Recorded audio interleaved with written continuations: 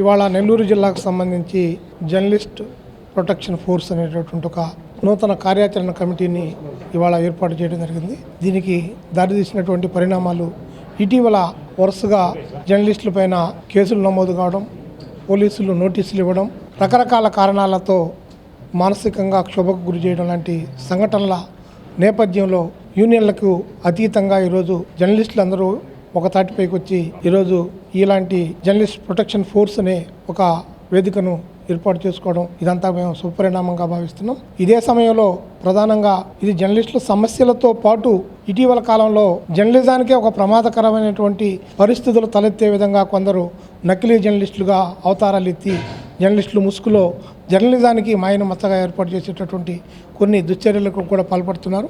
వాటిని కూడా ఈ వేదిక నుంచే మేము ఎదుర్కోవడం కూడా జరుగుతుంది. మరోవైపు జిల్లాకు సంబంధించినటువంటి జర్నలిజం అనేది ఒక వారధిగా ఉంది కాబట్టి ప్రతి విషయాన్ని ఉన్నతాధికారులు ఇంకొక నాయకులు ఆదేశించారని చెప్పి జర్నలిస్టులను వేధించడం అధికార యంత్రాంగం కూడా తగదు.